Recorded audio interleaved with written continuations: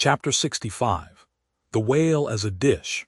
That mortal man should feed upon the creature that feeds his lamp, and like Stubb, eat him by his own light, as you may say. This seems so outlandish a thing that one must needs go a little into the history and philosophy of it. It is upon record that 3 centuries ago the tongue of the right whale was esteemed a great delicacy in France, and commanded large prices there. Also that in Henry VII's time, a certain cook of the court obtained a handsome reward for inventing an admirable sauce to be eaten with barbecued porpoises, which, you remember, are a species of whale. Porpoises, indeed, are to this day considered fine eating. The meat is made into balls about the size of billiard balls, and being well seasoned and spiced might be taken for turtle balls or veal balls. The old monks of Dunfermline were very fond of them. They had a great porpoise grant from the crown. The fact is, that among his hunters at least, the whale would by all hands be considered a noble dish, were there not so much of him. But when you come to sit down before a meat pie nearly 100 feet long, it takes away your appetite. Only the most unprejudiced of men like Stubb nowadays partake of cooked whales. But the Esquimaux are not so fastidious. We all know how they live upon whales and have rare old vintages of prime old train oil.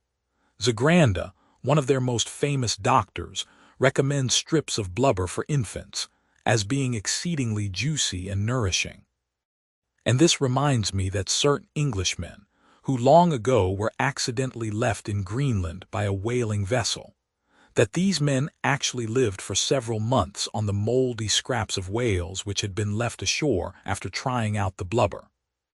Among the Dutch whalemen these scraps are called fritters, which, indeed, they greatly resemble, being brown and crisp, and smelling something like old Amsterdam housewives, doughnuts or olykoeks when fresh. They have such an eatable look that the most self-denying stranger can hardly keep his hands off. But what further depreciates the whale as a civilized dish is his exceeding richness. He is the great prize ox of the sea, too fat to be delicately good. Look at his hump, which would be as fine eating as the buffalo's, which is esteemed a rare dish, were it not such a solid pyramid of fat.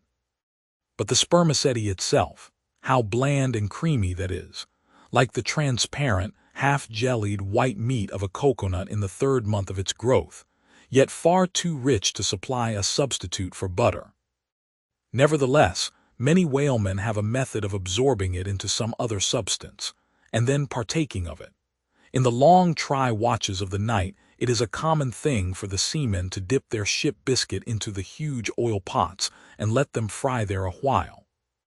Many a good supper have I thus made. In the case of a small sperm whale, the brains are accounted a fine dish.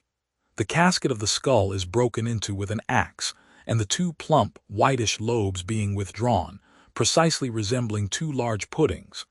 They are then mixed with flour and cooked into a most delectable mess, in flavor somewhat resembling calf's head, which is quite a dish among some epicures.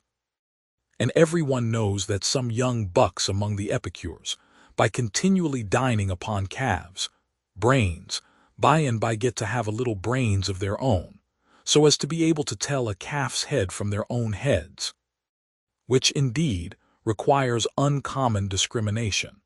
And that is the reason why a young buck with an intelligent-looking calf's head before him is somehow one of the saddest sights you can see. The head looks a sort of reproachfully at him, with an "et tu, brute" expression. It is not perhaps entirely because the whale is so excessively unctuous that landsmen seem to regard the eating of him with abhorrence.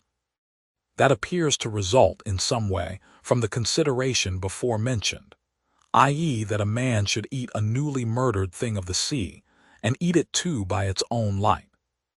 But no doubt the first man that ever murdered an ox was regarded as a murderer. Perhaps he was hung, and if he had been put on his trial by oxen, he certainly would